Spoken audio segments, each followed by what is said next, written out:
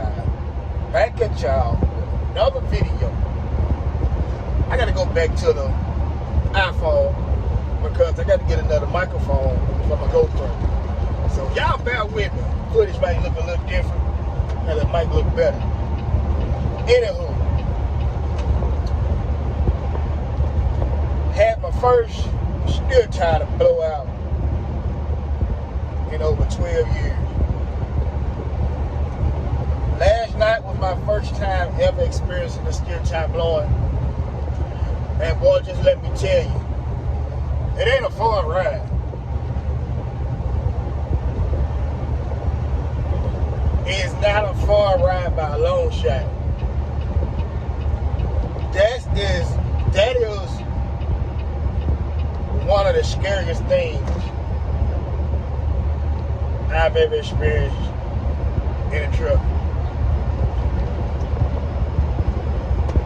I'm rolling along out here on 54 out between Osage Beach and Camdenton. I don't know, it's about 7:30, 6:30, 7 o'clock, somewhere along up and down. And I'm just cruising along, speed limit down to 70 miles an hour. So I'm cruising at 70, and it's like 5 or 10 cars behind me. That damn time, it was like I heard it before it popped. I heard it like it was deflating. I'm going, shh. You know what I'm saying? So I'm like, what the fuck is that? So me being me and knowing my truck, I slowed down. And as soon as I take my foot off the accelerator, that something said, poof, and snatched to the left. And by that time, there was like 4 cars right here beside me. And instead of them going on and getting the fuck out the way, they just sit there, looking stupid. So, I hold the wheel, I turn my Jake brake off, pop that joke in neutral, and just let it cruise. We finally rolled to a stop, and the whole line of cars that was behind me, they just finally got the balls to come on the fuck around, because I'm trying to fight and hold the truck in the road and keep going over there on them. Instead of them slowing down or speeding up and getting the fuck on out the way, they just sit right here beside me while I'm fighting this big ass truck, fully loaded. I was fully loaded, like with a load of sheetrock. And these motherfuckers just sat there looking. I'm like, y'all get out of the way. Like I said, it's my first time having a steer tire blow. I've been doing this a little over 12 years. Y'all know that because I talk about it all the daggone time. And that was the first. And I don't know, I guess it was just my instinct of what to do.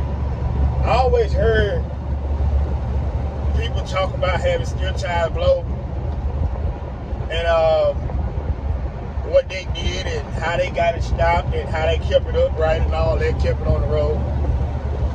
But it was just like my instinct was like, put it in neutral, take your foot off the gas, don't touch your brake. I popped it in neutral, took the foot off, turned the Jake brake off, and just let it roll. Because I was at the bottom of a hill starting up another hill. So I just let it, climb the hill by itself and came to a stop at the top of the hill. And I thought for sure that my bumper and my hood was gonna be fucked.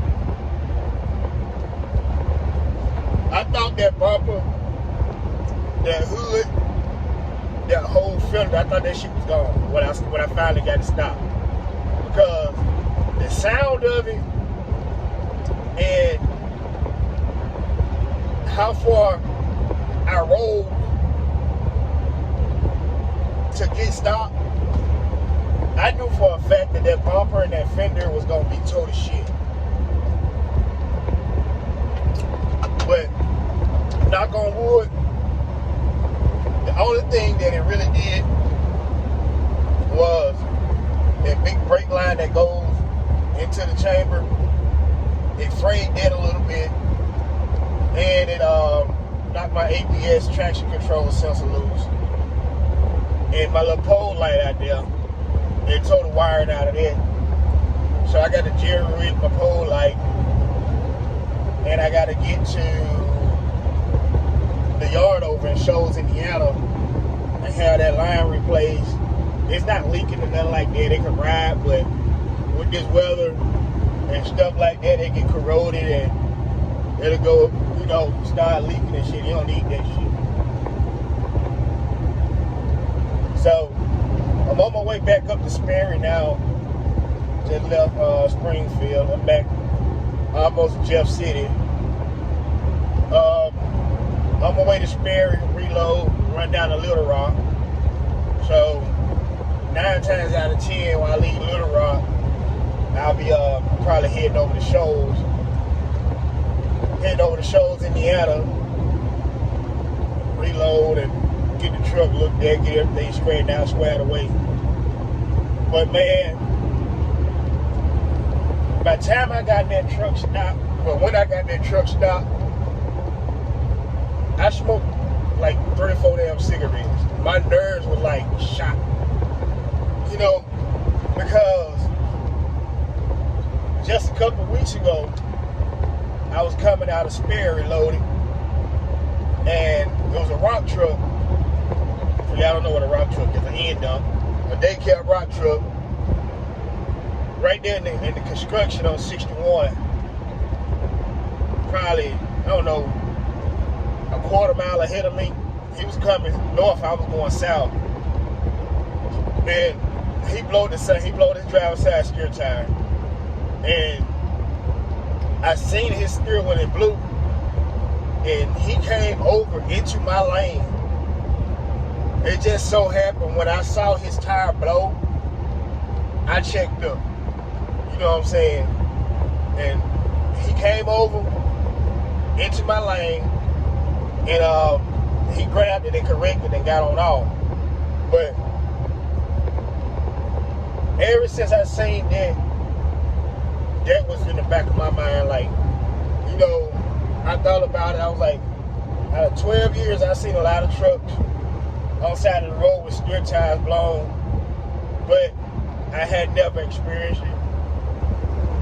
And I knocked on wood and all that. And, all right. I seen his blow. I was like, oh crap, that looks sketchy. Looks scary. Not knowing that last night would be my night to have my steer tire blow.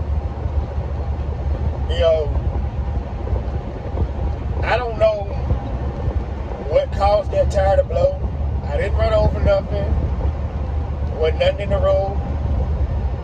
The tire just blew. So I got a brand new tire, a brand new rim on here now. I got the old rim back there strapped on the bed. I gotta lug it around until I can get to Shoals and get it to the shop. I guess they're gonna fix it or something. I don't know. But y'all, like I said at the beginning, y'all bear with me with using this phone for right now until I can get another microphone for my GoPro.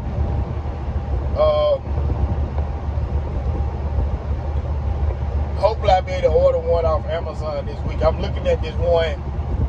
It's the wireless. It's a wireless mic where the receiver sits on top of the camera, and I can clip the mic onto my shirt or whatever, and use it like that. Therefore, I won't have to worry about, the dead cat or whatever you want to call it, the wind muff, sitting on top of the camera. And y'all know, if y'all go back and cover my video, y'all can see that wind muff hanging over the screen a little bit. So I ain't got to worry about that. And I don't know what happened to the other mic. It just all of a sudden stopped working, stopped picking up audio. But we're in the works of getting that done. But we'll get it done here shortly. But other than that, man, I'm alright. Truck's alright. Like I said, I just gotta rig the light back up so it'll work. Other than that, man, we gonna roll on. We got a 229 mile left of deadhead to get back the spare hour. Grab us another one and head down to duck plucking Little Rock. So as always, it's your boy, Mr. 625. Being in Lone Oak, Big Hood, Peter Carr, top side of Jefferson City. And I'll see you later on down the road. We out.